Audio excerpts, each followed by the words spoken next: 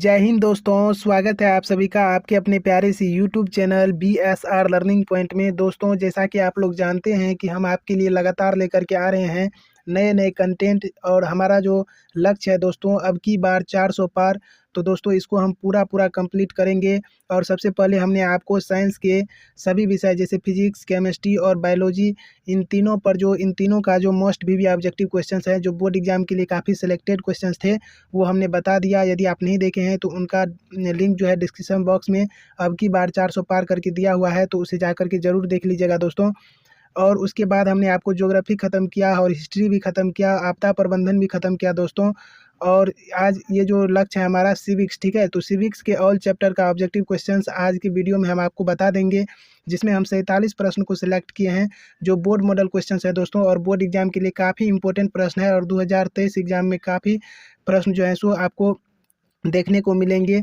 तो इसमें मोस्ट भी ऑब्जेक्टिव क्वेश्चंस है। तो चलिए वीडियो का स्टार्ट करते हैं बिना किसी देरी के, क्योंकि एग्जाम काफ़ी नज़दीक आ चुका है दोस्तों। यदि वीडियो पसंद आए तो वीडियो को लाइक कर दीजिएगा, चैनल को सब्सक्राइब कर लीजिएगा और बेल आइकन ऑन कर दीजिएगा, ताकि हम जब भी वीडियो अपलोड करें उसका नोटिफिकेशन आपको सबसे पहले मिल सके। दोस्तों, पहला प्रश्न कहता है बांग्लादेश कब स्वतंत्र हुआ। तो दोस्तों, बांग्लादेश जो है यह 26 मार्च दोस्तों 1971 को स्वतंत्र हुआ, ठीक है। बांग्लादेश जो स्वतंत्र हुआ था 26 मार्च 1971 को, तो ऑप्शन नंबर सी राइट हो जाएगा, 1971। अगला प्रश्न है दोस्तों, जो कि कहता है 15वीं लोकसभा, कहता है 15वीं लोकसभा में महिलाओं की कितनी भागीदारी थी। तो 15वीं लोकसभा में जो है 10.86% महिलाओं की भागीदारी थी। यानी कि यूँ कहे कि 100 लोग में 10 ठो महिलाएं थी, ठीक है, 100 लोग में 10 महिलाएं थी, यानी कि 10.86% महिलाओं की भागीदारी थी दोस्तों। अगला प्रश्न कहता है भारत में कहाँ औरतों के लिए आरक्षण की व्यवस्था है। तो भारत में जो है औरतों के लिए जो आरक्षण की व्यवस्था है वह है पंचायती राज संस्थाएं, ठीक है। तो ऑप्शन नंबर डी राइट हो जाएगा। अगला प्रश्न कहता है सांप्रदायिक राजनीति आधारित होती है। तो सांप्रदायिक राजनीति जो है यह आधारित होती है धर्म पर, ठीक है। तो ऑप्शन नंबर ए राइट हो जाएगा। अगला प्रश्न कहता है अंतर्राष्ट्रीय महिला दिवस, कहता है अंतर्राष्ट्रीय महिला दिवस किस तिथि को मनाया जाता है। तो अंतर्राष्ट्रीय महिला दिवस जो है 8 मार्च को मनाया जाता है, ऑप्शन नंबर बी राइट हो जाएगा। अगला प्रश्न कहता है निम्नलिखित व्यक्ति में, कहता है निम्नलिखित व्यक्तियों में कौन लोकतंत्र में रंगभेद के विरोधी नहीं थे। तो इसमें राइट आंसर हो जाएगा दोस्तों जेड गुडी, ठीक है। यह जो है रंगभेद के विरोधी नहीं थे, लोकतंत्र में रंगभेद के विरोधी नहीं थे।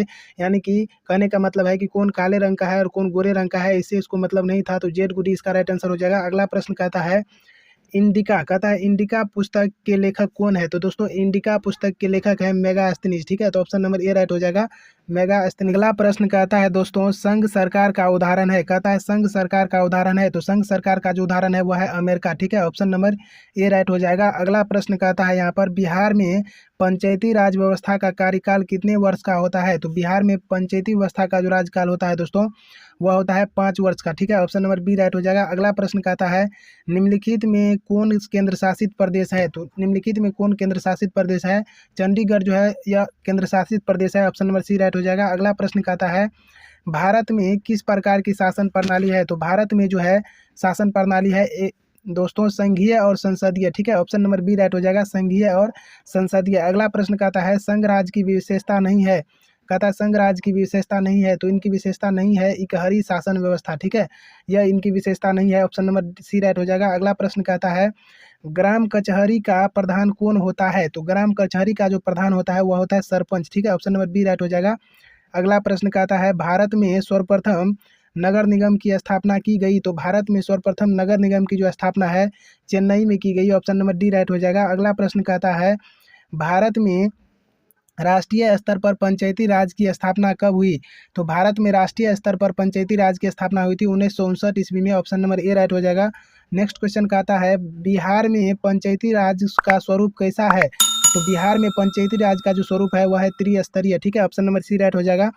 अगला प्रश्न कहता है आधुनिक युग में प्रत्यक्ष लोकतंत्र कहाँ है। तो आधुनिक युग में जो है प्रत्यक्ष लोकतंत्र है स्विट्जरलैंड में, ठीक है। ऑप्शन नंबर सी राइट हो जाएगा।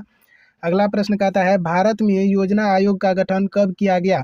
तो भारत में योजना आयोग का गठन किया गया था 15 मार्च 1950 ईस्वी में, तो ऑप्शन नंबर सी राइट हो जाएगा। अगला प्रश्न कहता है भारतीय संघ में, कहता भारतीय संघ में किस राज्य की विशेष राज्य का दर्जा प्राप्त है। कहता भारतीय संघ में किस राज्य को विशेष राज्य का दर्जा प्राप्त है। तो इसका राइट आंसर हो जाएगा जम्मू कश्मीर, ठीक है। ऑप्शन नंबर डी राइट हो जाएगा। अगला प्रश्न कहता है भारत में संविधान सभा का गठन कब हुआ था? तो भारत में जो है संविधान सभा का गठन हुआ था 1946 ईस्वी में। ऑप्शन नंबर सी राइट हो जाएगा। नेक्स्ट क्वेश्चन कहता है ग्राम पंचायत का सचिव कौन होता है? तो ग्राम पंचायत का सचिव होता है पंचायत सचिव, ठीक है। ऑप्शन नंबर सी राइट हो जाएगा। अगला प्रश्न कहता है भारतीय संविधान द्वारा मान्य राष्ट्रीय भाषाओं की संख्या कितनी है?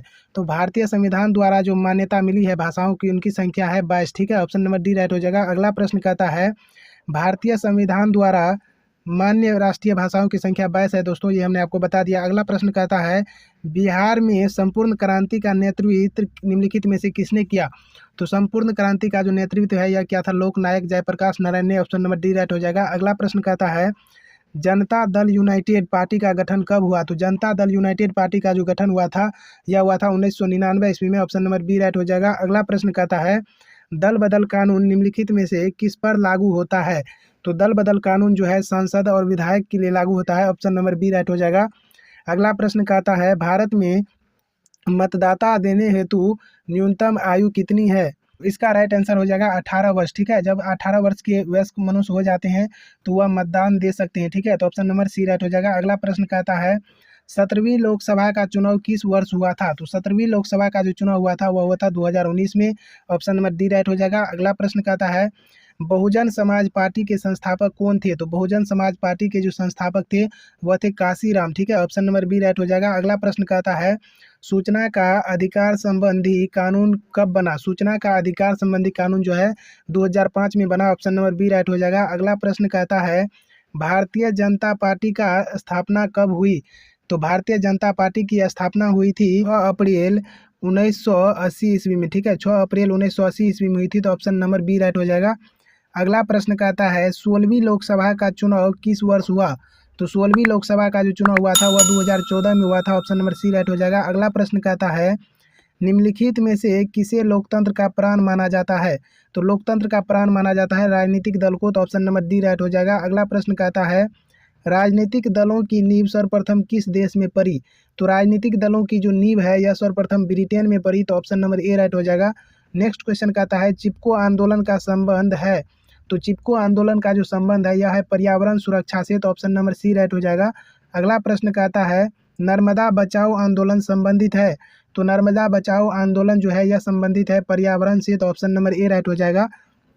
अगला प्रश्न कहता है चिपको आंदोलन का आरंभ किस राज्य में हुआ? तो चिपको आंदोलन का जो आरंभ है यह हुआ था उत्तराखंड से, ठीक है। ऑप्शन नंबर डी राइट हो जाएगा। अगला प्रश्न कहता है निम्नलिखित में से कौन भारतीय किसान यूनियन के प्रमुख नेता थे? कहता है निम्नलिखित में से कौन भारतीय यूनियन या भारतीय किसान यूनियन के प्रमुख नेता थे? तो इसका सही आंसर हो जाएगा महेंद्र सिंह टिकैत, ठीक है। तो ऑप्शन नंबर सी राइट हो जाएगा महेंद्र सिंह टिकैत। अगला प्रश्न कहता है किस देश में बहुदलीय व्यवस्था नहीं है? तो दोस्तों बहुदलीय व्यवस्था जो है ब्रिटेन में नहीं है। तो ऑप्शन नंबर डी राइट हो जाएगा। अगला प्रश्न कहता है भारत की राजनीतिक व्यवस्था कैसी है? तो भारत की राजनीतिक व्यवस्था है बहुदलीय, ठीक है। ऑप्शन नंबर डी राइट हो जाएगा। अगला प्रश्न कहता है संपूर्ण क्रांति का नारा किसने दिया? तो संपूर्ण क्रांति का नारा दिया था जयप्रकाश नारायण ने। इसे लोकनायक भी कहा जाता है, लोकनायक, ठीक है। लोक नायक कहा जाता है दोस्तों जयप्रकाश नारायण को। अगला प्रश्न कहता है लोकतंत्र की उपलब्धियों में सबसे अधिक सहायक क्या है? तो लोकतंत्र की उपलब्धियों में सबसे अधिक सहायक है विकास, ठीक है। ऑप्शन नंबर डी राइट हो जाएगा। अगला प्रश्न कहता है भारत के किस तरह के लोकतंत्र की व्यवस्था है? कहता है भारत में किस तरह की लोकतंत्र की व्यवस्था है? तो अप्रत्यक्ष लोकतंत्र की व्यवस्था है, क्योंकि जब आप वोट देने जाते हैं तो वहाँ पर जो है किसी दूसरे आदमी को नहीं जाने का अलाउ होता है, ठीक है। या वह किसी मतदान जो है सबके सामने में नहीं कर सकता है, यानी कि अप्रत्यक्ष लोकतंत्र है। अगला प्रश्न कहता है लोकतंत्र की सफलता निर्भर करती है? तो लोकतंत्र की जो सफलता है यह निर्भर करती है नागरिकों के विवेकपूर्ण सहभागिता पर, ठीक है। ऑप्शन नंबर सी राइट हो जाएगा। अगला प्रश्न कहता है लोकतंत्र का जनता द्वारा जनता के लिए शासन है, यह कथन किसका है? यानी कि लोकतंत्र जनता का जनता द्वारा जनता के लिए शासन है, यह कथन किसका है? तो यह कथन जो है अब्राहम लिंकन का है। ऑप्शन नंबर बी राइट हो जाएगा। अगला प्रश्न कहता है 16वीं लोकसभा, कहता है 16वीं लोकसभा में महिला के सदस्यों की संख्या कितनी है? तो 16वीं लोकसभा में महिला के सदस्यों की संख्या है 63। ऑप्शन नंबर बी राइट हो जाएगा। अगला प्रश्न कहता है क्षेत्रवाद, कहता है क्षेत्रवाद की भावना का एक कुपरिणाम क्या है? तो क्षेत्रवाद की भावना का एक कुपरिणाम है अलगाववाद, ठीक है। तो ऑप्शन नंबर डी राइट हो जाएगा अलगाववाद। तो दोस्तों ये थे सिविक्स के 47 महत्वपूर्ण प्रश्न जो बोर्ड एग्जाम आपके लिए काफ़ी इंपॉर्टेंट एवं सेलेक्टेड क्वेश्चंस हैं दोस्तों, जो हमने आपको इस वीडियो के माध्यम से प्रोवाइड कराया। तो वीडियो यदि पसंद आया तो वीडियो को लाइक कीजिए और चैनल को सब्सक्राइब कर लीजिए। हम इस चैनल पर आपको एग्ज़ाम से रिलेटेड सारी इन्फॉर्मेशन और नए कंटेंट हम आपके लिए लाते रहेंगे, तो चैनल को सब्सक्राइब करना ना भूलें। मिलेंगे नेक्स्ट वीडियो में, तब तक के लिए thank you so much for watching this video. जय हिंद।